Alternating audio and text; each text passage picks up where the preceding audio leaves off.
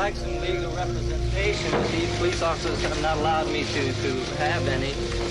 I don't know what this is all about. Kill the president? No, sir, I didn't. How'd you get the black eye? Sir? Did you shoot the president? I work in that building. Were you in the building at the time? Naturally, if I work in that building, yes, sir. Back up, man. Did you shoot the president? No, they're taking me in because of the fact that I live in the Soviet Union. I'm just a patsy. President?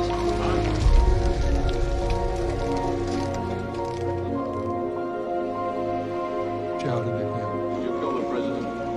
No, I've not been charged with that. In fact, nobody has said that to me yet. The first thing I heard about it was when the newspaper reporters in the hall asked me that. You have to. Sir? You have to. What did you do in Rikers?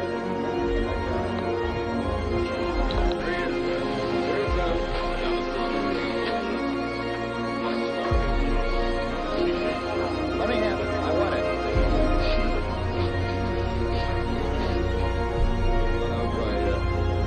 Captain Fritz. There is shot. Harvey Oswald has been shot. There's the man with a gun. Absolute panic. Absolute panic here in the basement of Dallas Police Headquarters. Respected their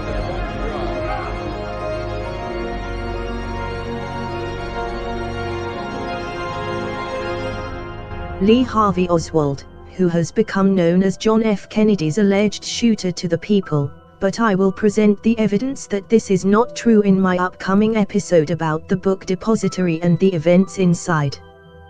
This episode is largely based on Lee Harvey Oswald as a person and the cover role created on him, which should be so complicated that the average citizen cannot understand it at all, at least if Fletcher Prouty is to be believed. Anybody that thinks today that either Kennedy assassination, either one of them, or the King assassination, and others that we might go into, were done by individuals, just doesn't understand the business at all. The easiest way to see that the program is laid on in a team effort, carefully planned and carried out, begins after the murder. How to get them out of there and how to cover the thing so people don't realize that a team of gunmen did the job. Martin Luther King was registered on the first floor. Somebody went there ahead of time and told the landlady of the motel that he didn't want to be on the first floor, he wanted to be on the second floor. Nobody in King's party had made that contact. You see, that's the advanced planning. Then afterwards, all the things that happened, the chase of Ray halfway around the world and all the other things that came up, are a cover plan which is so complete that even to this day, no one has broken the system completely, and you can't get into the courts anyway. And what comes to these cover-up plans, as a criminal investigator, I take my hat off to this Texan corruption by means of which these leaders of the United States have been assassinated in America in the 60s. The assassination of John F. Kennedy, whose other protagonist besides Lyndon Johnson is Lee Harvey Oswald, on which the escape route of the assassination for Lyndon Johnson's desire to assassinate John F. Kennedy away from the presidency and out of the way of the Vietnam War was built. Lee Harvey Oswald, who might even have been acquitted later if in all his enthusiasm he had been able to stick to the script and he hadn't shot World War II veteran J.D. Tippit, who must have been a tough word in Texas in the 60s. But like all scripts that are led from the field, like Edward Reddit's false threat, which emerged as the solution to the assassination of Martin Luther King Jr., that freed him from the fire station to carry out the assassination of MLK Jr. in the bathroom of Bessie Brewer's hotel.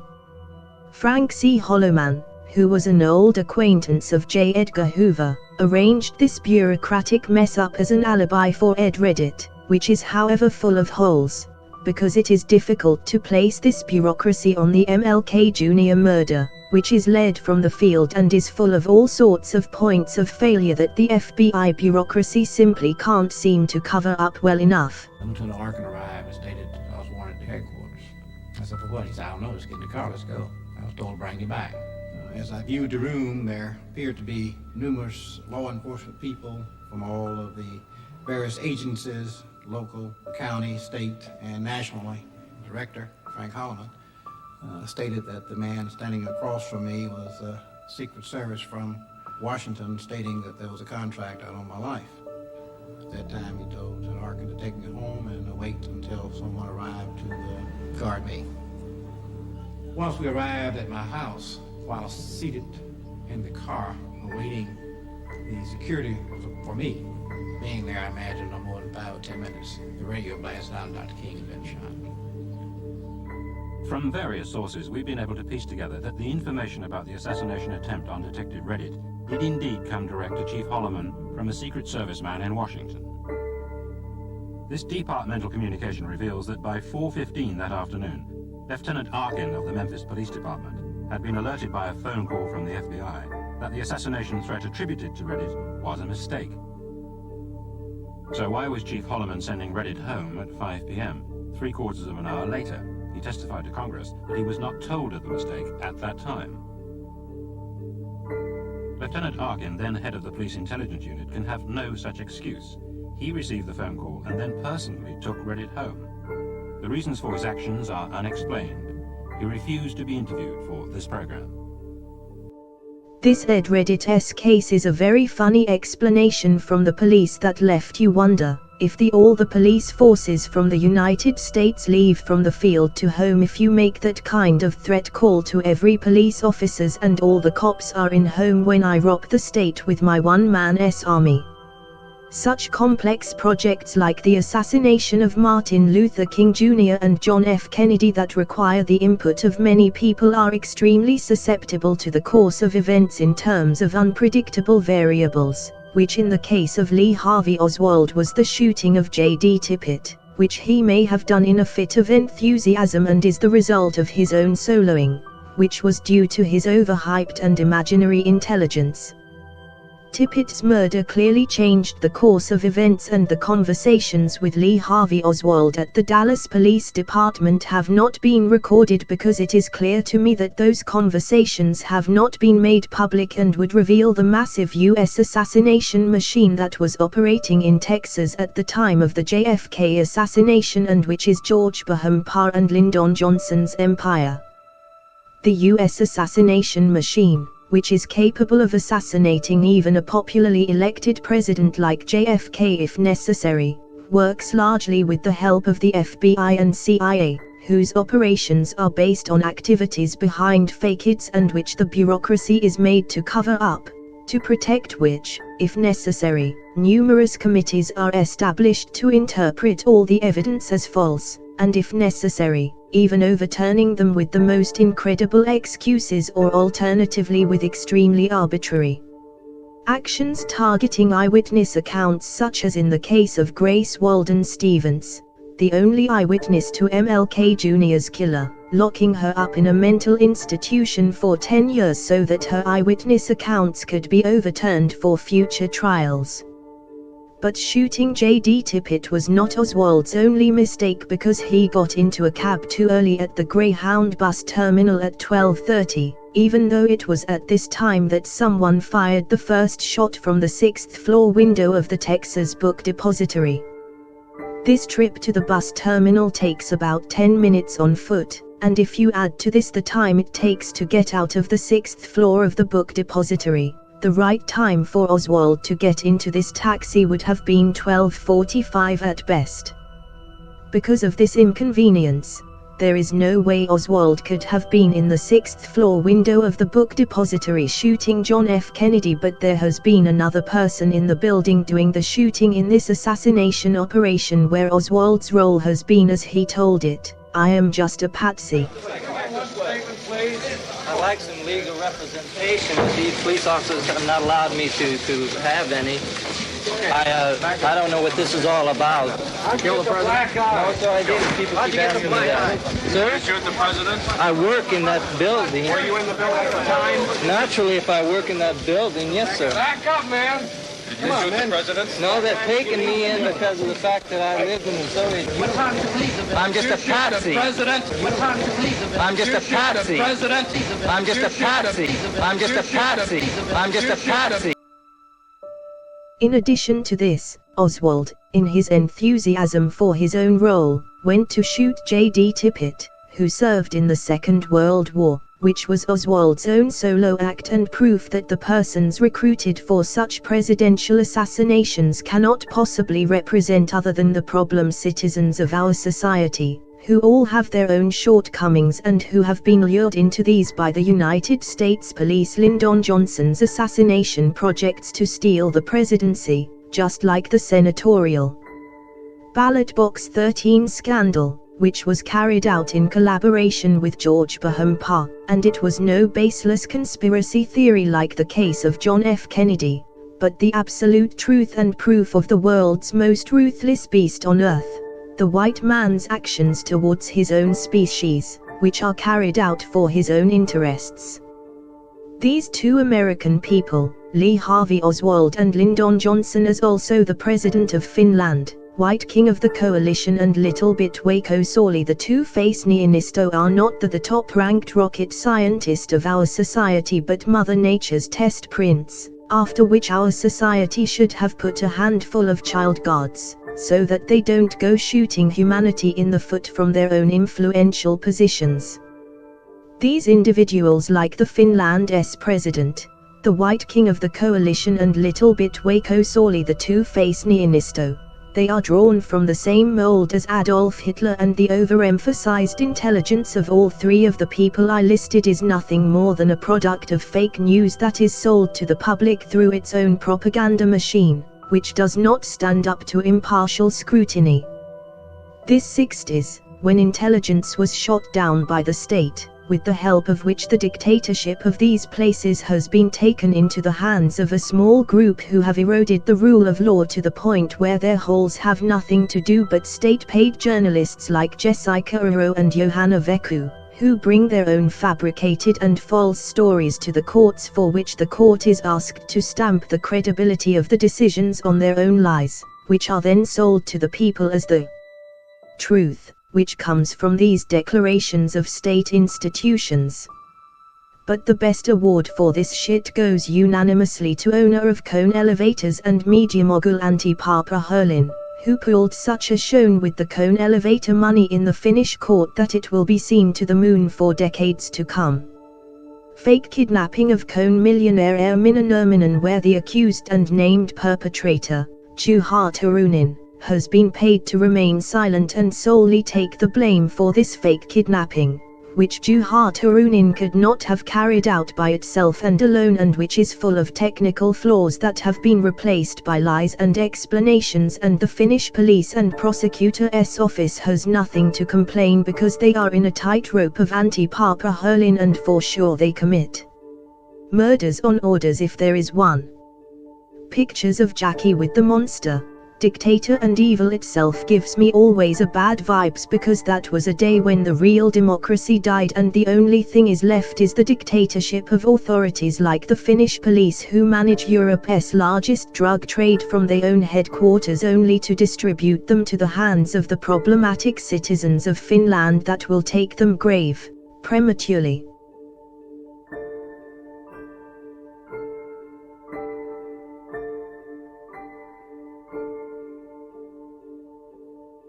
Oswald's cover role. The most central theme of Lee Harvey Oswald's cover role has been to cut off all connections with the United States Army and Marines where Oswald was. The cover role for this was to be presenting communist and as contradictory as possible, such as a person who pretends to be intelligent in radio interviews, who would actually be able to carry out Kennedy's assassination on his own, and on the other hand, by presenting a very unstable person, from whom such actions are quite expected actions and which you can skate away from with conspiracy theories where there would been other people as well involved to this assassination, like the highest ranking people in the United States, such as Lyndon Johnson, for whom this assassination of Kennedy was organized all along. A trip to Russia. Anybody that thinks today that either Kennedy assassination, either one of them, or the King assassination, and others that we might go into, were done by individuals, just doesn't understand the business at all. The easiest way to see that the program is laid on in a team effort, carefully planned and carried out, begins after the murder. How to get them out of there and how to cover the thing so people don't realize that a team of gunmen did the job. Martin Luther King was registered on the first floor. Somebody went there ahead of time and told the landlady of the motel that he didn't want to be on the first floor, he wanted to be on the second floor. Nobody in King's party had made that contact. You see, that's the advanced planning. Then afterwards, all the things that happened, the chase of Ray halfway around the world and all the other things that came up, are a cover plan which is so complete that even to this day, no one has broken the system completely, and you can't get into the courts anyway. As Fletcher Prouty so clearly say it, all the things abroad are a cover plan which is so complete that even to this day, no one has broken the system completely and you cannot get into the courts anyway. Fletcher Prouty, who talks about this in connection with the assassination of Martin Luther King Jr., as a case does not fit the case of James Earl Ray who fled to Europe, because this Earl Ray's travels around Europe were not part of a cover operation but a childish escape that did not try to hide Earl Ray's part in the murder in any way, but actually worked perfectly vice versa. This escape of Earl Ray only brought more imaginary guilt on his neck for the murder of MLK Jr., which he acted as a scapegoat, so that eyes do not turn to Memphis Police Detective Edward Reddit, who shot Dr. King from window of Bessie Brewer's bathroom. Oswald's trip to Russia was only part of a cover operation that is so complicated that it has not been completely solved to this day and you can't even go to court. The purpose of this trip to Russia has been to cover the tracks to the top management of the United States and to the United States authorities, that the Kennedy assassination cannot be connected to the organization of the highest decision makers of the state, such as Lyndon Johnson and his club of friends.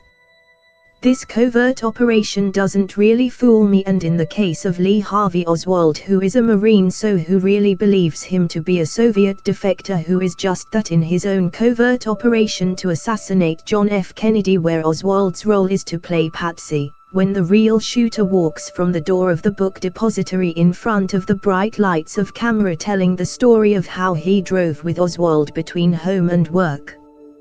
What I haven't directly found out about this trip to Russia is whether Lee Harvey Oswald was a free agent who went to Russia to cover his tracks in the United States as a former Marine whose mission was not known until October 1959 and from which he was called to the United States a little over a year later when John F. Kennedy was elected president.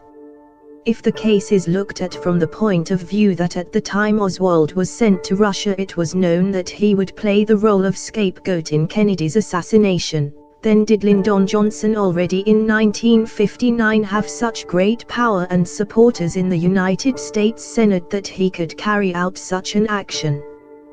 But if you look at this case from the grassroots level, all that was needed in relation to Oswald was to give him a little money, which Lyndon Johnson already has in his own back pocket, which George Bahumpa has been filling with his own oil money if necessary, and to see that Oswald gets a visa to Russia.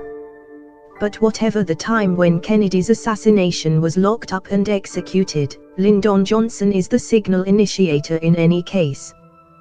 But what other mission could Oswald have had, because Martin Luther King Jr. was shot by Memphis police officer Edward Reddit and Robert Kennedy's assumed assassin was Sirhan Sirhan. Assassination of Robert Kennedy. I haven't gotten to the assassination of Robert Kennedy yet, but at this point I want to leave posterity thinking about the assassination of Robert Kennedy. If we look at Sirhan Sirhan's childish motives to assassinate Robert Kennedy, they are nothing more than excuses to cover up the truth that Robert Kennedy was wanted away from pursuing the position of the President of the United States, which he would have almost certainly gotten. Was Sirhan Sirhan a similar agent in his covert role on the soil of the United States as Lee Harvey Oswald was on Russian soil, who was sent to Russia and whose task would have been to play a scapegoat in Russia in connection with the murder of a Russian leader, just like Sirhan Sirhan in the United States? Because I don't believe with this expertise of a crime reporter that Sirhan is the real shooter of Robert Kennedy, even when Robert Kennedy Jr. is declaring Sirhan's innocence. Oswald, who was apparently called out of Russia because John F. Kennedy had become such a threat to the elite dictatorship in the US because of his good intentions and would have ended wars on Earth. But it is my luck that the leaders of the United States cannot find a better scapegoats than Lee Harvey Oswald, that when shots ran out in Dallas at 12:30, Oswald was already in the back seat of the taxi storming from his hideout, and on the run he shot one of his own, World War II veteran. And for what comes to Oswald, it was a very good plan to go to cinema to sit on top of your hands so that there would be no more bystander victims when this free market Sunday agent of Lyndon Johnson and a solo terrorist from the lineups of the FBI's G-Mans would not kill more innocent bystander victim, or at the worst, one of your own people. Based on these hullabaloos, it is for sure that Lee Harvey Oswald was not in the 6th floor window of the book depository, because if it were, he would accidentally shot person sitting in the different car than Kennedy was, and Kennedy would be alive. Oswald, who came to play his own role as a scapegoat extremely poorly if you ask me, and it is my one-man's army that collect the points from home in terms of the solutions to the cases of the assassinated leaders of the United States. If these cases are, as Fletcher Prouty has said, all the things abroad are a cover plan which is so complete that even to this day, no one has broken the system completely, it means in Sirhan's case that everything in his life has been a cover-up for accidents and pursuing a career as a jockey on the horse racing side. The assassination of Robert Kennedy follows the same ritual pattern as the assassination of Martin Luther King Jr., where Dr. King's children believe in the innocence of James Earl Ray, which I have proven in my YouTube video, and if Robert Kennedy Jr. believes in the innocence of Sirhan, is he a scapegoat similar to James Earl Ray and Lee Harvey Oswald, and the real killer of Robert Kennedy is someone else who escaped from the crime scene like Memphis police officer Ed Reddit with the help of the FBI and other police officers? Murder of James E. Davis. James E. Davis, a city council of New York who were shot to dead in City Council building in New York by his opponent, Othniel Askew. 10-10 shots fired, City Hall building. How could this have happened in City Hall? Somebody tell me that. Politics would have been different in this city if James Davis was still here. Here we are again, scrubbing the blood off the staircase. Only in New York, a Pix 11 original series. Brought to you by Optimum by Altis. It was a really hot day. There were many people on the floor and in the balcony, which hangs over part of the city council room, and I was under it. So all of a sudden we heard pop, pop. Be advised, we're getting a report. We got 10-10 shots fired, City Hall building. When we heard that there were gunshots inside City Hall, inside the council chambers, our jaws dropped. Be advised, the City Hall building by the park, we got a possible person shot. I heard 2 shots. I used to be a police officer. I know what shots sound like, so I immediately went under my desk. Christine Quinn, at that point, was a council member. She said she hit the floor. Someone screamed, hit the deck, and people started hitting the floor, and then someone said, Chris, get down. I was kind of frozen, and so I just fell to the floor and then crawled under my desk and waited there. And then we see all this footage coming back, and there's chaos on the steps of City Hall. I saw City Hall completely surrounded by police. All the surrounding streets were shut down. The subway system underneath City Hall shut down. The Brooklyn Bridge shut down. I had never seen anything like this in my life, in my career. It was a harrowing ordeal that seemed almost surreal. They cut into programming and said shots fired inside City Hall, councilman dead.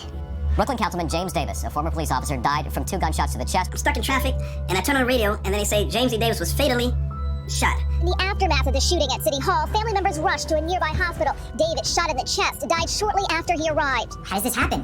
How does someone get a gun inside City Hall? How does someone fatally shoot a council member? How could this have happened in City Hall? Somebody tell me that. Jeffrey, who did Was it a coincidence? Jeffrey, who did it? I don't know who did it. The system did it. I thought this guy was going to be the next black mayor. I thought this guy was going to be the senator. And they had to scrub his blood off the stairs of City Hall. It seemed strange. Weapons being used at the largest city in America and my own hometown, and a victim being a friend of mine. Like he tried to stop them from scrubbing the blood off of staircases in Bed-Stuy and Brownsville. That's what he fought all his life. Last night, a station wagon careening off President Street hit two 7-year-old boys, killing Gavin Cato. Gavin Cato was a young black boy of Guyanese descent who was struck by a vehicle driven by an Orthodox Jewish man, and resentment grew from there. The first SAC ambulance arrived and took the drivers and left the kids there. So when that little boy got hit on his bicycle and then the driver was hustled off, that sort of set the wheels in motion to have the problems in Crown Heights. Within minutes, members of the black and Hasidic community were throwing rocks and bottles. The decision makers of the United States, who are practically completely dependent on this chaos of society for their own positions, because these war farms keep other authorities such as the police employed, and the eyes do not turn so much to the actions of politicians such as money laundering. James E. Davis, who is a good example of a person who tried to step into the shoes of his predecessors, Martin Luther King Jr., but the decision makers of the United States have a highly polished murder machine that works with the bureaucracy of the FBI and with the help of their agents, which is immediately activated when a person who really tries to help enters the political playing field others without bowing to other politicians. Looking back, you could see that an incident like that was almost guaranteed to set things off. A shot was fired eventually at the police. They were trying to intervene, and then a stabbing. And then during that time is when Yankel Rosenbaum was stabbed. 29-year-old Yankel Rosenbaum, a member of the Hasidic community, eventually died of stab wounds at Kings County Hospital. He was killed right in front of our door, right there in Crown Heights. Mourners carried the coffin of 29-year-old Yankel Rosenbaum to the 71st precinct, where they called for more police protection. And that situation eventually mushroomed. This is just about as ugly as it gets. Ethnic and racial differences exploding into violence on the street. The two communities screaming and yelling at each other, the total complete separation. James said, I have to do something. I have to do something myself. We have to get involved. Since this violence is not going to be tolerated, we pray that you would cut this community, oh God. He was in the middle of the whole Crown Heights fiasco, and sort of that motivated him to become a politician at some point. You will be held accountable for foolish, inappropriate, unacceptable behavior. James's rise to political notability had to do with his move to the anti-violence movement. Violence must stop in our streets. He said, we're going to start an organization called Love Yourself, Stop the Violence. And we're going to bring the entire community together. Love yourself! Love yourself! The legacy of James Davis centers around his work to stop the violence in his Brooklyn neighborhood. So he's a person that brings people together, of all people in this community, making them who they was. And he will be very, very missed. James Davis had something special. And so it's particularly tragic for that reason, because you never know where he would have gone. His face was a recognizable one across the areas of the 35th District. Re-election posters on bus stops spoke of the upcoming Democratic primaries in September, and he already had many votes here. He was just a real guy, and he just loved to be in the street, and he loved being around people, and it showed. People knew he loved being around them. I checked his hand right in this corner over here, and I vote for him. He was, in my opinion, the next generation guy to go.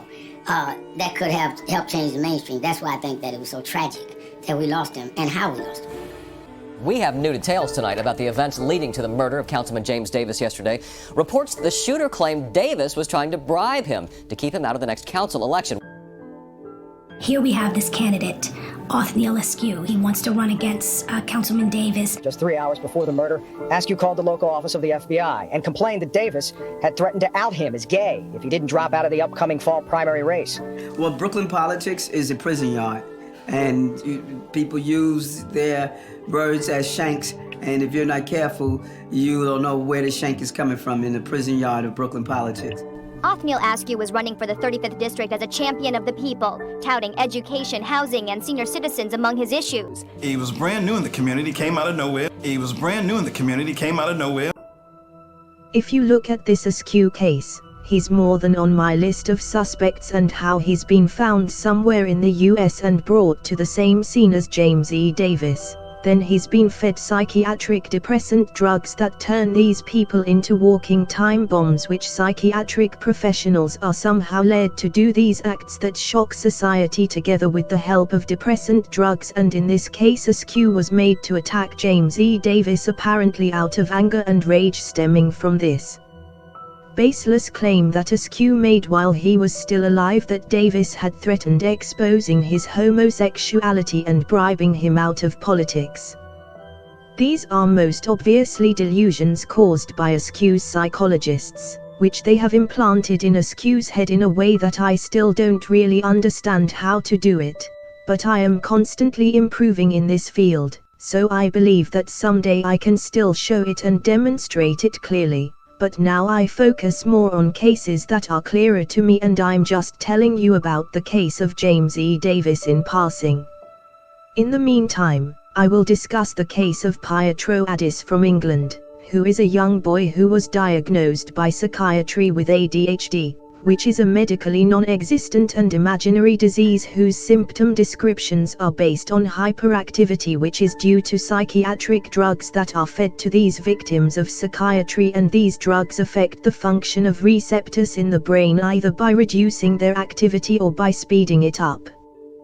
This ADHD, which is an imaginary disease, means that in the name of it, these unprofitable problematic citizens can be fed whatever happens to interfere with brain functions in the name of these diseases, the consequences of which we see in our society as shocking massacres to which these psychiatric professionals have led these drugged patients whom I call victims.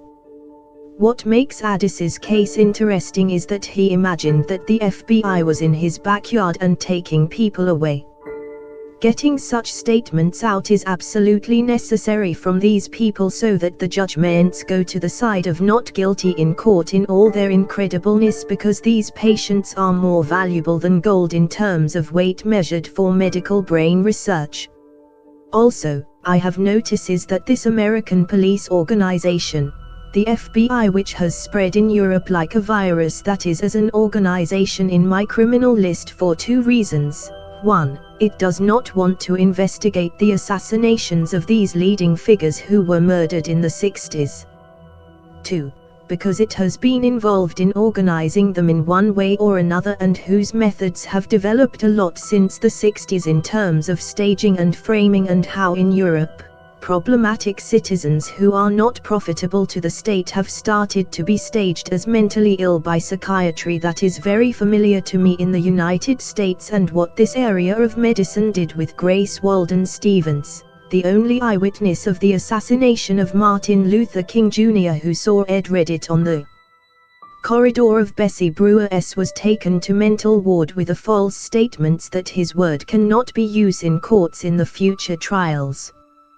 The false statements of psychiatry, which are the background of all these incorrect medications of problem citizens in Europe, which are based on imaginary diseases, both of which, narcotic drugs and imaginary diseases, are used to benefit when these problem citizens are provoked into actions that shock society, with the help of which they are locked up in a mental hospital for the rest of their lives as human rats in medicine for brain research. What is being done in Finland University of Turku. Researcher Walter Major Helena with her own team. All these problem citizens attracted to psychiatric clinics can be dragged into these acts that shock society, such as the Robb Elementary School massacre and the mass killing by Nicholas Cruz, all of which fall into the basis of the existence of these medically non-existent and imaginary diseases in the eyes of the people whose actions these persons cannot explain in court, which were carried out under the influence of psychiatric drugs. Furthermore, these cases cause hatred in the people towards this new minority group, i.e. people with mental health problems who are expected to commit such acts where a lot of people die and where they are led as drugged by psychiatry. And all of this is the result of John F. Kennedy and Martin Luther King Jr. being assassinated in front of these illegal actions, which seems to be the new witch hunt of democratic governance models, whose victims are used as human rats for medicine like the Jews in Nazi Germany. What these psychiatry-drugged problematic citizens have in common in the case of Finland is that mothers who have been lured by postpartum depression to psychiatric clinics, where their brain functions are messed up so badly that when they get out of these treatments, they drown their own children in bathtubs the very next day, and in court they crying and explaining that they can't understand how they could do this, but I can. These Finnish family mothers have been drugged just like all the school killers by psychiatrists with new conversion drugs, under the influence of which even family mothers drown their own children. There is no need to wonder at all how these school killers from the United States are able to kill strangers completely cold as easily as by shooting a gun. There is only one reason for this activity above all others, namely the creation of medically non-existent and imaginary diseases, in the name of which, at least in Finland, These prison mental hospital patients can be fed any number of chemical compounds whose effects on the brain medical researchers want to study in these human rats of medicine, and what University of Turku researcher Walter Major Helena is conducted by a Finnish psychiatrist with her team, and whose studies I have read, such as short-term functional outcome in psychotic patients. Results of the Turku Early Psychosis Study, TEPS, where on page 5 it is said that the number of patients in the study were collected from prison mental hospitals, 183, psychiatric outpatient centers, 101, and primary care, 19. At least in the case of Finland, these patients are in the courts without charge and sentenced to involuntary treatment, which means that these Finnish patients do not have no possibility to refuse these studies that Walter Major Helena is conducting on them, just like the Jews did not have the possibility to refuse the studies of Joseph Mengele in Nazi Germany. And based on these, it is easy for me to say that this Atheolescu has been one of the thousands of victims of psychiatry tricked and drugged, who was drugged and led to the murder of James E. Davis, who was becoming a big problem in New York, because he would have wanted to help his own kind, which does not suit to the most ruthless beast on earth, the white man. Askew filed preliminary paperwork to run against Davis, but missed the July 10th deadline for filing petitions with the Campaign Finance Board. We have parameters, we have rules, we have policy that you have to follow, you know, if you want to hold political office. And you didn't follow those rules, so you didn't win. Community activists say after failing to get on the ballot, Askew started showing up at Davis's office and has been doing and saying strange things. Askew was saying things that were slightly, you could look in hindsight to say there was envious remarks. I don't know exactly what happened between the two of them, but I know James did have a gift of making individuals feel as though they were special. Those who work with Davis say it was his nature to trust people and take them on board, even if they started out as his opponent. If a young person wanted to come up and be a representative or be a public servant, he opened his door. A Davis staff member says Askew showed up at the office this afternoon, prompting the councilman to invite him to the city hall session. Little did Councilman Davis know that this guy held a grudge. He harbored hate. Killing Councilman Davis, ultimately, in the council chambers, was the closest he was ever going to get to the council. So he brought him in there, they came in, bypassed the metal detectors. It appears Askew was also able to bypass the metal detectors because he was brought in by Councilman Davis. The chilling death march for these two begins at the City Hall steps. It's here that Davis introduces Askew to Councilman Charles Barron. And I remember Charles Barron said, you know, I met him, but I got an uneasy feeling about him. And the guy shook my hand, and James saw that I felt strange because he gave me a strange look and an intensive handshake. And it was just minutes before the shooting happened. Witnesses say they saw Askew standing over Davis, repeatedly firing shots. Askew pulls his weapon, and he fires several shots onto Davis, hitting him about the body of the torso, killing him. A New York City police officer was down on the main floor of the council chamber as the shooting took place. He drew his weapon and fired 6 shots up at Askew. Both men were rushed to Beekman Hospital a few blocks away, but it was too late. Not only did James lose his life, but the person that took his life is also gone as well. But the reality is there are parts of it that we don't know because their true story is in the ground with them. How Askew was provoked to murder. No truth can be buried deep enough in the ground when it comes to Finnish national treasure and war hero of corruption, Minna Pass's abilities from Finland. But how did Atheolescu get to shoot James E. Davis, who had become a threat to a dictatorship that does not want the underprivileged to be helped?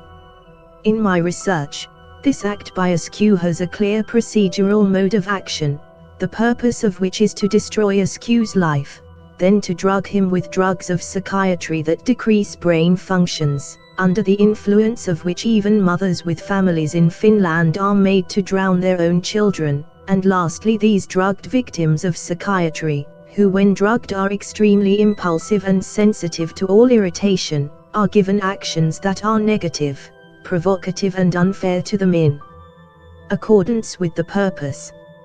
Information had been published about Atheolescu at the time of James E. Davis's death, that he was homosexual and that James E. Davis would have blackmailed Askew, which is just this completely baseless claim created by the people behind the murder of James E. Davis, which has apparently been told as the truth to Askew, whose homosexuality has been made public. What is more obviously a baseless claim, and not necessarily true, because these people who are really homosexuals, they usually have no need to hide it. The only person who would be concerned about this would be the person on whom they are falsely trying to fit the label of homosexuality, and what Askew was clearly afraid of.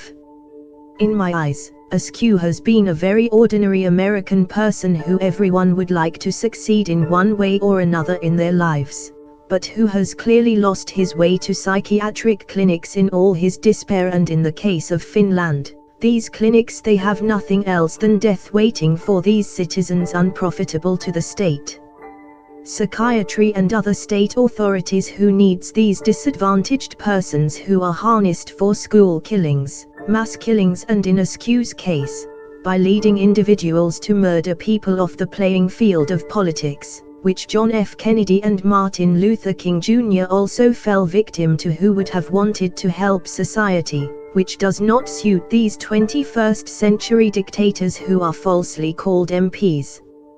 During the police search in Askew's home, drugs that reduce the brain functions of the psychiatrist were found, as well as the high virus, which did not come from sex between men, because apparently he was not even homosexual, and what he was afraid of, that such false information would be spread about him. This high virus that Athiel Askew has had was most obviously obtained from medical treatment and as a result of its deliberate action, just as I also got a virus from a dirty needle after visiting the emergency room in Nurmijärvi in Finland, from a dirty needle when Päivi Kokki did not disinfect my finger when she took the CRP under the supervision of a Dr. Henriikka Riponen. This kind of activity reveals what kind of illegal activity medical care can do, which, at least in Finland, is completely without proper and real supervision. Athiel Askew's high virus also most obviously originates from these psychiatric clinics with the help of blood tests done. Viruses can be implanted in these poor people through deliberate action. In Finland, it doesn't help to complain about this activity anywhere that the bureaucracy and laws are only protecting Finland, where the police chase these problem citizens who are not profitable for the state with authority powers, in front of which these witches and Jews of the 21st century are in a completely defenseless position. When Askew, whose life had been destroyed by baseless homosexual claims, the hospital had infected him with the high virus and he had been dropped from the anti-candidacy of James E. Davis.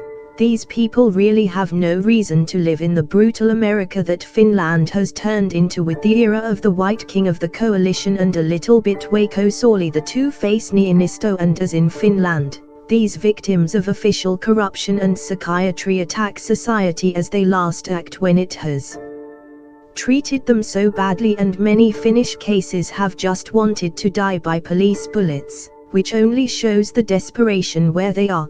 But the Finnish authorities, who the ideological descendants trained by the White King and a little bit Veikko Sauli the Two-Face Niinisto, the descendants of this new plague in Europe, do not let these poor people so easily that the police would shoot them, but they will be locked up in the state's closed prison camps for the rest of their lives, which is a punishment for their bad life that doesn't really be their fault.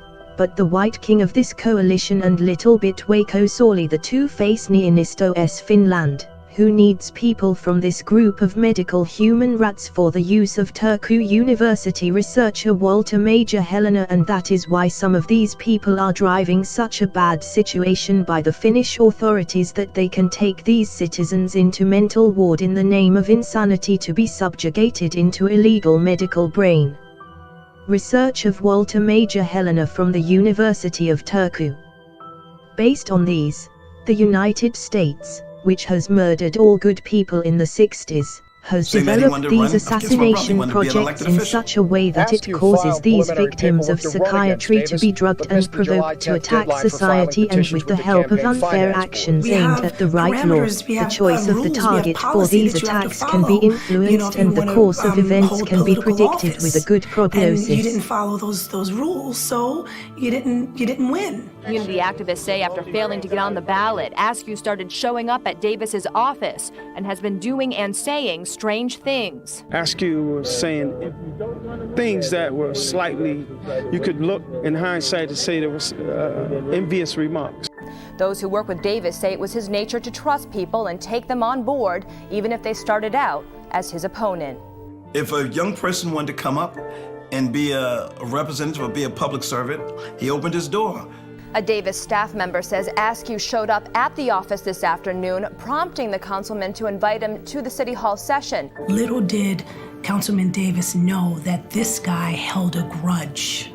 He harbored hate. Killing Councilman Davis, ultimately, in the council chambers, was the closest he was ever going to get to the council. So he brought him in there. They came in, bypassed the metal detectors. It appears Askew was also able to bypass the metal detectors because he was brought in by Councilman Davis. The chilling death march for these two begins in the City Hall steps. It's here that Davis introduces Askew to Councilman Charles Barron. And I remember Charles Barron said, you know, I met him, but I got an uneasy feeling about him. And the guy shook my hand, and James saw that I felt strange because he gave me a strange look and an intensive handshake. And it was just minutes before the shooting happened.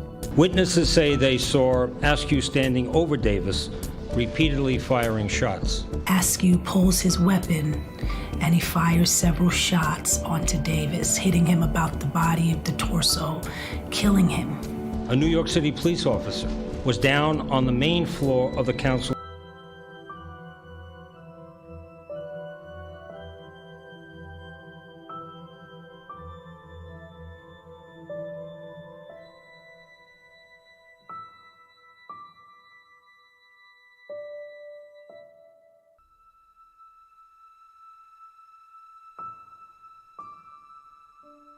Chamber as the shooting took place. He drew his weapon and fired 6 shots up at Askew. This case in the United States is going according to the script, how the problem youths in Finland want to die from these police bullets, but the Finnish authorities do not let them in so easily, because these people are wanted in the state's closed institutions as a basis for the payment of salaries to other authorities, and by dragging them from prisons to mental hospitals, where these people will act as human rats for medicine in the illegal medical studies of Turku University researcher Walter Major Helena, and as fuel for her academic career, and are the reasons why the Finnish authorities do not shoot these human rats of medicine that are more valuable than gold measured by weight. These laws and rules that the woman in the video is promoting are of course just a bad joke. Askew filed preliminary paperwork to run against Davis, but missed the July 10th deadline for filing petitions with the Campaign Finance Board. We have parameters, we have rules, we have policy that you have to follow, you know, if you want to hold political office. And you didn't follow those rules, so you didn't win. And if they worked, all these people who were assassinated in the 60s like John F. Kennedy, Martin Luther King Jr. and Robert Kennedy would live. Because Askew was in the clutches of the authorities and he was being provoked into this murder of James Davis, which was part of the provocation to drop Askew out of the running for office. It is a big question mark how he got dropped out of this election, and it doesn't even interest me directly. In addition, the video clearly shows how the eyewitnesses describe Askew's behavior, which suggests that he was under the influence of psychiatric drugs during the shooting, because such an act is difficult to carry out without drugs and taking the shooting event inside an agency where there are armed police officers. He would die from police bullets like all problem citizens provoked into actions that shock Finnish society would like to die. And I remember Charles Barron said, you know, I met him, but I got an uneasy feeling about him.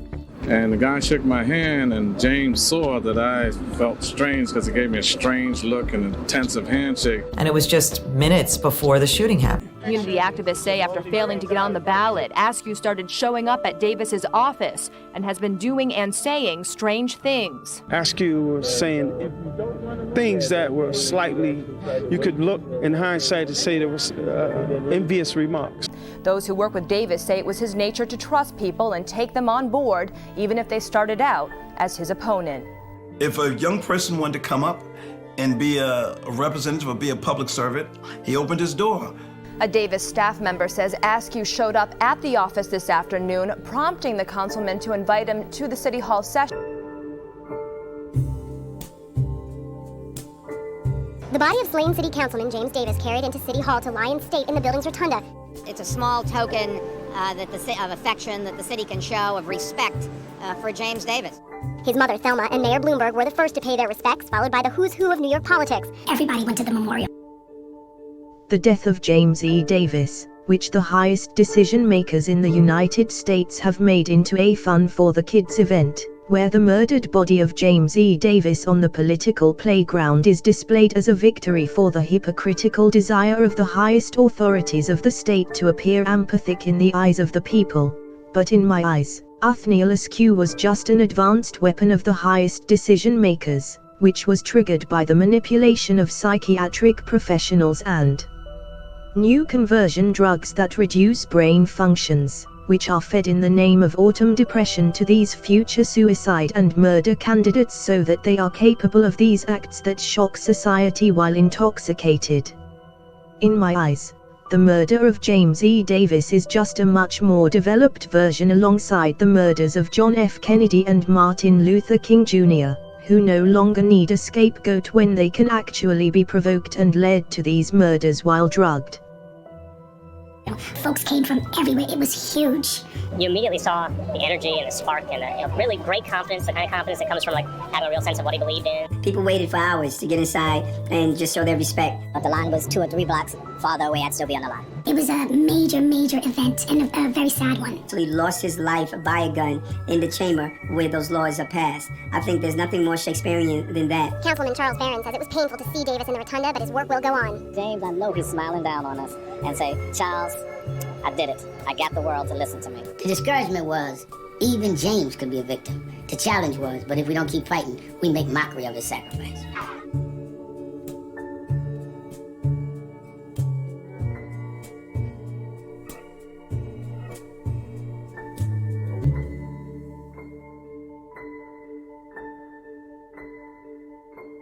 What is the best hero? A dead hero. That it was made of James E. Davis, and it is the best hero for the ruling elite of the United States, and all who try to rise from the people are finally put in a coffin for all to see, a triumphant sign of how these 21st century heroes will fare, and in a country run by a band of thugs led by George Bahama, which is capable of murdering, for example, the President of the United States if it thinks the best of the people and is about to wipe out suffering from the earth. The death that comes to all these heroes who try to rise from among the people like John F. Kennedy or Martin Luther King Jr. to help the disadvantaged, because this group's suffering is fuel for the leadership of the state that allows it to feel good about itself in the midst of all the misery that could be stopped and which John F. Kennedy would have. James E. Davis, who was shot by his opponent on the political playing field, Othniel Askew. James E. Davis was a person who clearly followed in the footsteps of Martin Luther King Jr., but it is clear to me that the elite of the United States do not want people in government who really care about the underprivileged, just like Robert and John F. Kennedy, and the whole truth of these cases will never come out because the FBI wanders around its own crime scenes to another with eyes wide shut, because it is itself involved in these cases and is doing it at the behest of the highest decision makers in the United States, and on whose tight leash these FBI stalkers and G-men are, in front of everyone gonna misses their own ex. Othniel Askew, who is just a more advanced version of Sahar Sahan, who can be killed by police bullets at the scene of a murder, and this is what will happen to everyone in the United States who tries to rise up from the crowd to help their own. But now back to this article, Lee Harvey Oswald. Role of the press in assassinations. These murders of the 60s would not be possible with the help of media-paid journalists like Priscilla Johnson Macmillan and William Pepper and numerous other lawyers like Philip Melanson, who by their own actions and work make sure that the cases remain in the box of conspiracy theories which has withstood fire and water all these years, but it is about to time these excuses to melt down. Priscilla Johnson Macmillan. Macmillan is a journalist in my eyes, just like William Pepper on the Martin Luther King Jr. side of the assassination, writing books about the MLK Jr. assassination, with the help of which the facts of the case are drawn to the side of fiction, and in Pepper's case, he was still a lawyer in the courts, where he was pulling the assassination off the shoulders of the state and distributed on completely baseless claims, for example, that Dr. King was shot from the lawn of Bessie Brewer's hotel. Just like in the case of MLK Jr., all the people close to the case, who have been pulling the case away from the state assassination, are aware of the reality of the assassination and are doing their own work for the salary they received from the state, i.e. by telling more lies on top of the case. Based on the MLK Jr. assassination, Macmillan must be aware of the true facts of the JFK assassination, which he tries to cover up with his own articles. Macmillan has apparently also acted as a gatekeeper in Marina Oswald's inner circle and reported if any impartial journalist tries to contact Marina. After graduating from Harvard with a master's degree in 1952, Priscilla Macmillan applied to join the Central Intelligence Agency. On the 3rd of October, 1952, a request was submitted for a security clearance as an intelligence officer, GS-7 in operations to work in the Soviet Realities Division of the CIA. On the 21st of January, 1953, this was changed to a request for a security clearance for Johnson, CIA number as 71589, to work as an intelligence officer. On the same day, Bruce L. Solly responded that Johnson had declined employment on the 21st of January 1953. A formal cancellation was put in her file on the 10th of February and it was said it is not believed there is any CE interest in subject case. Throughout the years, Macmillan's stance had drawn the enmity of the Kennedy assassination conspiracists.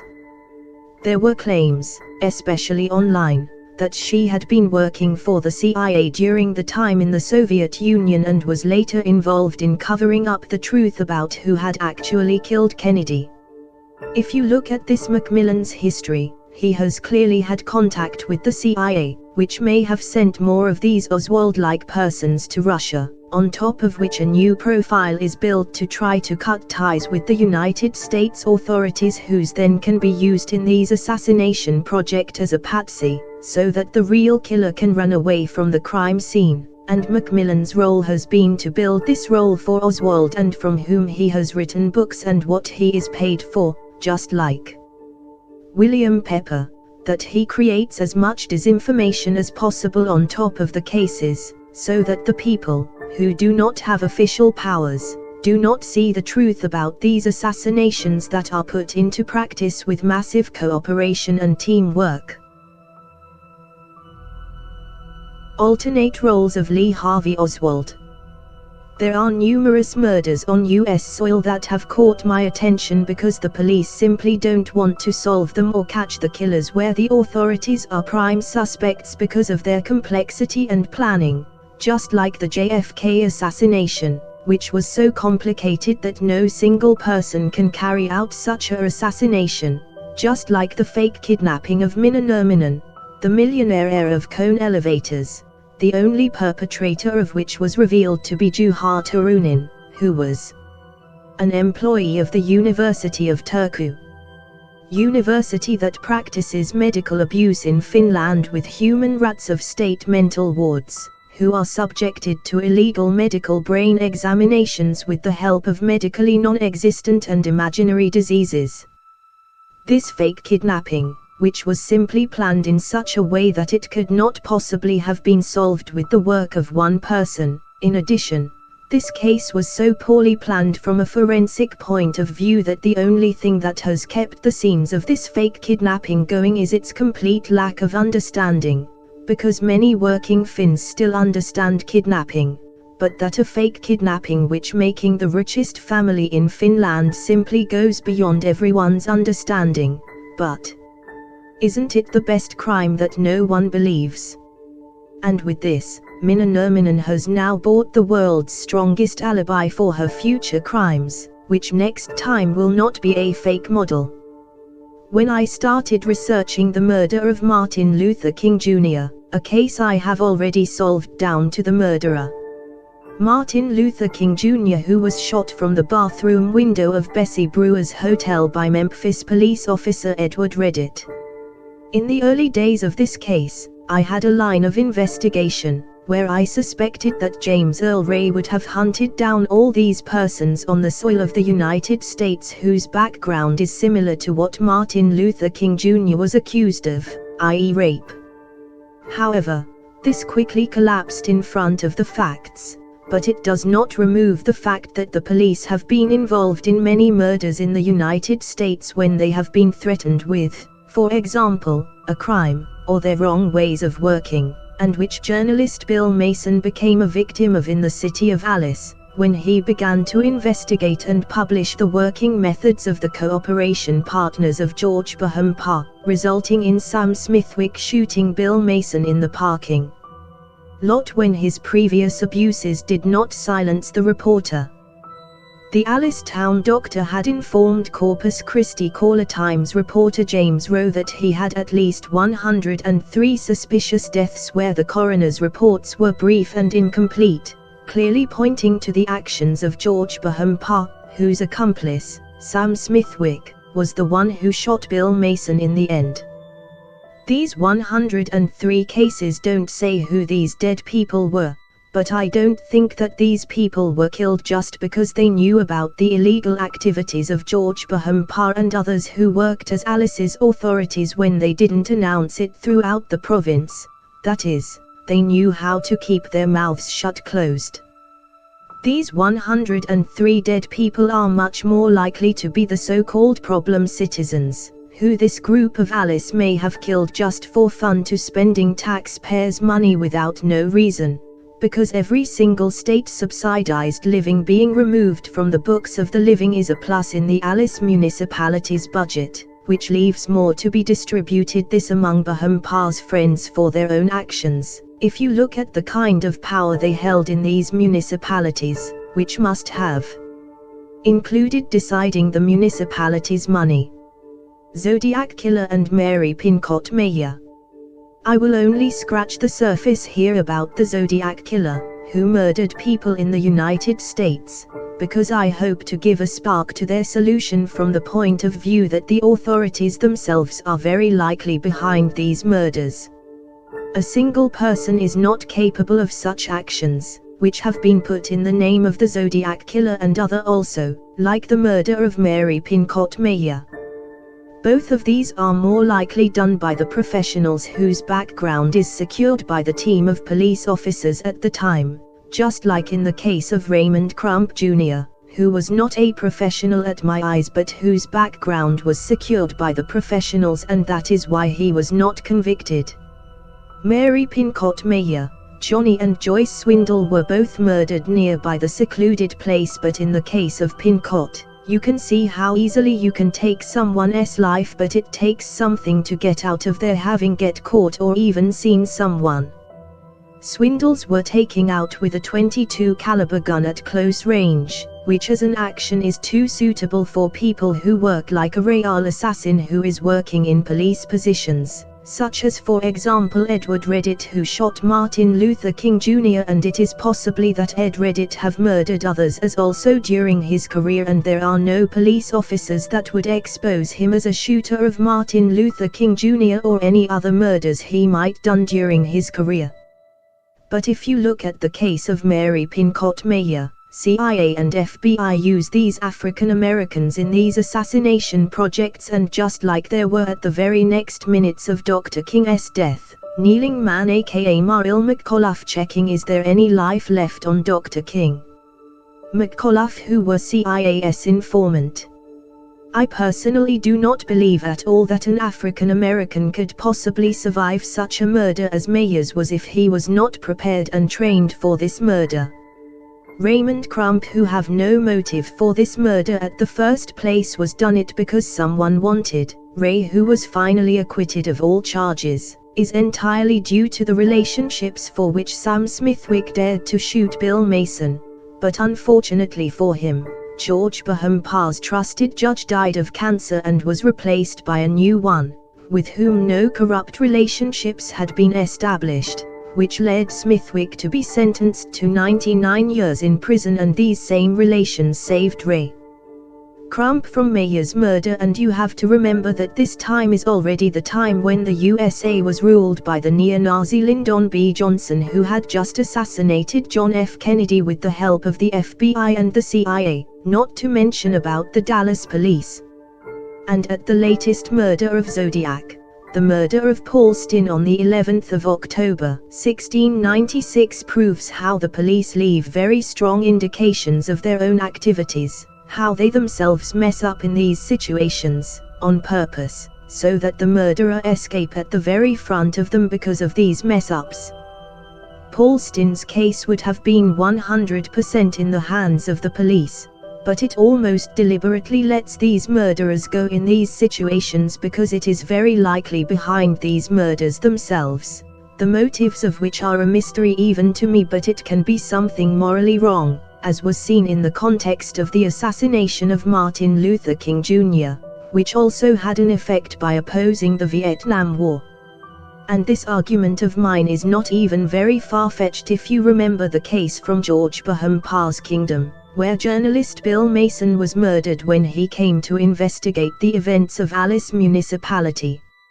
If this action, by means of which John F. Kennedy was assassinated, is carried out on ordinary citizens, it is quite clear that these will never be solved.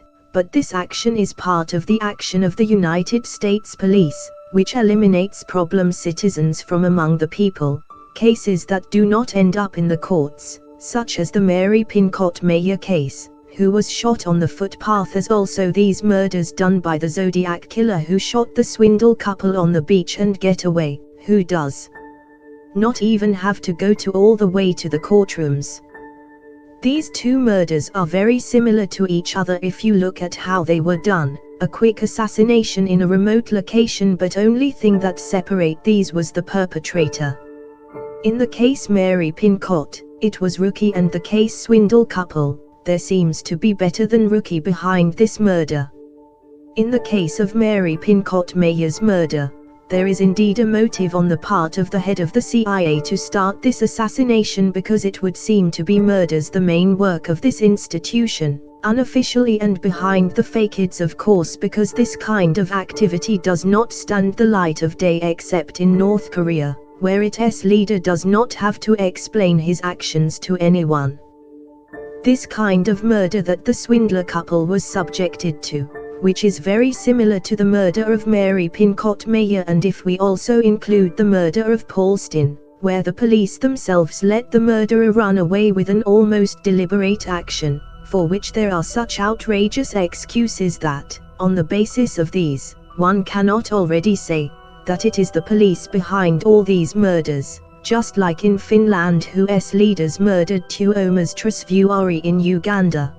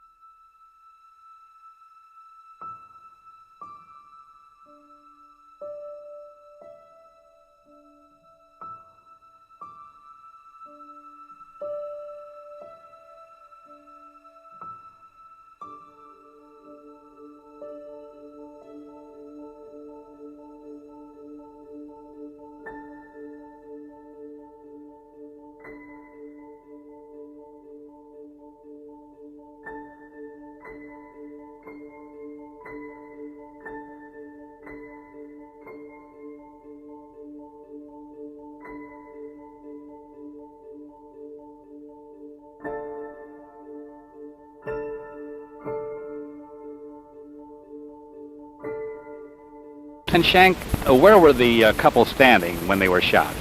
By the seawall in this observation point right below here. Were they apparently admiring the seascape at the time? Well, certainly that's a possibility. Their landlady says they frequently took walks along the beach in the evening. There was an unopened box of Valentine candy on the wall alongside. I think that's a logical assumption, yes. He shot 5 times then. From what distance? Well, that's around 50 feet away in a straight line and, I would say 15 or 20 feet higher above where they were standing. What was the caliber of the bullets? 22 caliber. You don't know whether it was a rifle or a pistol? No, we don't. Did you find any cartridges right near the bodies? 2 ejected cartridges nearby, I guess. The assumption possibly then is that after shooting from long range, he went down and shot at closer range? Well, at least there are 2 empty cartridges there. I wouldn't care to assume anything if I don't know any more about that. Thanks very much, Lieutenant Schenk. Mrs. West, when you went to the scene of the shootings, what was the situation? Well, she was like she was on her stomach, and his arm was partly around her. She didn't move, and you could see he was gurgling and gasping. You could see his throat, a lot of action there, and groaning with it. And of course then I ran back up because I knew we needed an ambulance. Did it appear that the woman was dead at the time? She didn't move, and the maintenance man had looked, and he said she didn't move either. And did it appear that her husband was attempting to protect her? His arm was like he was sort of on his side, like, and his arm was around her. Her face was down, but it was a little bit towards the side, too. It was down, but a little bit to the side, and he was trying to protect her. That's the idea you got, despite the fact he was gurgling and everything. That was real bad. Thank you very much. Mrs. Shields, in your apartment, a block and a half away from the murder scene, what did you hear last night? Well, I heard 2 gunshots. They were about 2 to 3 seconds apart. And then I heard a man scream, "No, no." And I didn't relate him at the time, but I thought, well, maybe somebody's getting robbed. But since my husband's gone, I don't venture outside at night by myself. So that's all I heard, and that's what I told the police. This was at about the same time as the murder was believed to have taken place. It was about 8:30 last night.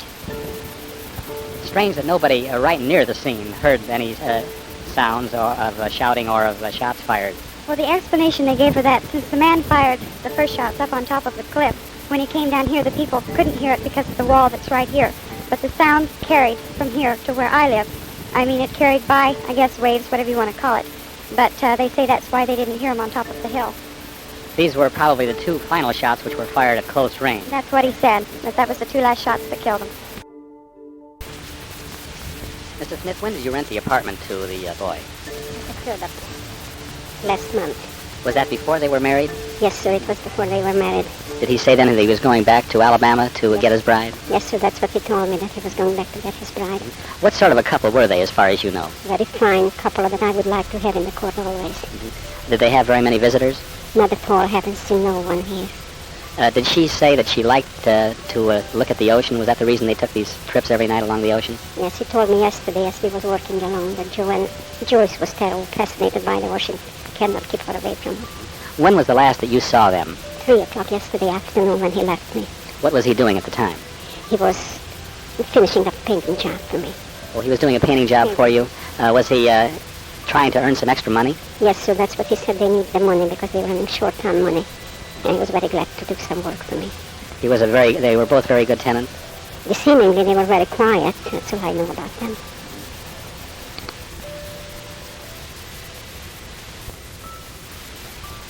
Did he say that they were Did he say that they were childhood sweethearts back in Alabama? Yes, sir, he mentioned that to me. Who is Zodiac? I don't have time now to learn more about these cases, but I strongly believe that Zodiac may have been a fictional person and creation developed by the police themselves. What the name Zodiac refers to and how it was created in the media in cooperation with the police with the help of dirty journalists and in the name of which any police officer or other authority from the ranks of the FBI or the CIA could have carried out these assassinations. After the assassination of John F. Kennedy at the latest, this activity is protected by the USA's almost mythical way of denying all suspicions. i.e. by putting them in the category of conspiracy theories and where this zodiac for sure belongs, and as was seen in the case of Paul Stinn's murder. In connection with this murder, the police have been given false information about a possible murderer so that he can get away, because it could very well be another police officer who is about to commit some kind of murder. In a quick look, if there is no motive behind these murdered people, it's just a matter of seeking excitement, which I think is sick, and what makes it even sicker is that in the case of Paul Stinn's murder, the police organization has clearly avoided arresting this person, in which they distributed bad excuses in connection with the murder, which exposed the actions of the police, whose purpose is to protect this murderer. What would have been Oswald's alternate role? Could Lee Harvey Oswald have acted in some similar roles on the soil of the United States, i.e. been involved in these assassination projects, protecting them by stepping on the scene himself if necessary if the real murderer was about to be revealed, if he had not been chosen as the scapegoat in the assassination of John F. Kennedy? However, I have a strong suspicion that Lee Harvey Oswald's role was already known when he went to Russia to shake off his connections to the United States, which he did in cooperation with Priscilla Macmillan. Sending Oswald to Russia before John F. Kennedy was even elected, because by looking at the political playing field, these cases are quite clear when it comes to such a popular and intelligent president as John F. Kennedy was in the US political fields. His future election as president was certainly seen in advance a long time before JFK was elected for president, and what would be a miracle he could be ignored in the presidential election, and that miracle was in the case of Kennedy, the assassination, with the help of which Lyndon Johnson stole the presidency, just like the senator's seat with the help of the ballot box 13 scam, which also left behind a lot of bodies that had to be silenced for the truth. Lee Harvey Oswald a year before the assassination. In my eyes, the construction of Lee Harvey Oswald's undercover role began in 1959, when he moved to Russia to cut ties with the United States for his future role. It is difficult for me to say whether it was known in 1959 that Oswald would play the role of scapegoat in the assassination of John F. Kennedy, or whether he would have been used in some other context of the assassination, or in the assassination in general as its executioner, i.e. as the trigger man. Inconsistent presentation. Oswald, who became active about a year before Kennedy's assassination, which included making strange statements in the workplace, influencing communist parties, and radio interviews. All of these have been actions performed only in the name of a cover role, and they are not so important in terms of the solution of the Kennedy assassination, because these actions of Oswald are more intended to confuse journalists interested in the case and others who are involved with it. This incoherent action on Oswald's part facilitates the escape route built on him in the media, which he would have avoided prison due to the lack of evidence. An escape route built in the media, with the help of which all ties to the United States and the country's agencies were severed with the help of the Russian trip. Anyway, I don't deal with this area very much because its purpose is to drop people from the real facts of the case and leave the investigators wondering what the purpose of these actions was in relation to Oswald as a person and his supposed act. All these tricks were just a show for Oswald to get rid of all the jobs he had gotten without arrangements, and where he got a crazy reputation in the eyes of others in the wake of he can get fired from the job he wanted to be end. In Oswald's case, the only proper organized job was a library job, which he would not have gotten based on previous statements from previous jobs. Libraries, which at least in the case of Finland, are owned by the state and municipalities, so this job was arranged for Oswald and other participants in the Kennedy assassination, which I will cover in the next video, which tells about the book depository's events.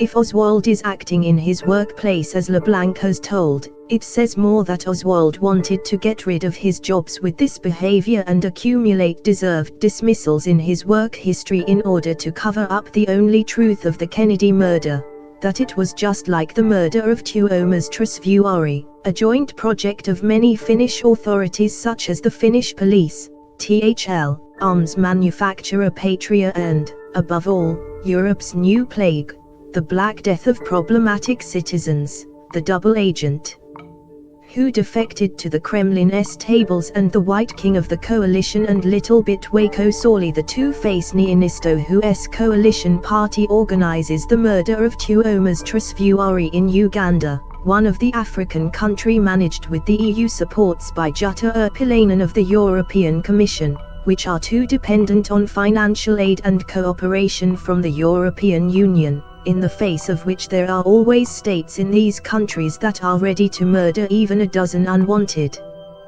parliamentary candidates of the coalition in cooperation with Finland's leading politicians, of course, and that is supported by the coverage by New Vision journalist Charles Etukiori, which was almost identical a short story dictated and scripted by YLE editors that would sink into the Finnish people and be fooled by it. It is a big question what role Lee Harvey Oswald's wife and his friend Ruth Paine had in this assassination of John F. Kennedy, because according to statements they recommended Lee Harvey Oswald this job from which Kennedy was shot from the 6th floor window. If you look at Oswald during the time he was at the book depository, he did not communicate at all outwardly as a person what he had previously done and said in his workplaces, which were only part of a cover role to cut ties with the United States military where he was previously, and also that the assassination of JFK cannot be blamed on the state top leaders like Lyndon B. Johnson who started this murder, just like Martin Luther King Jr.'s.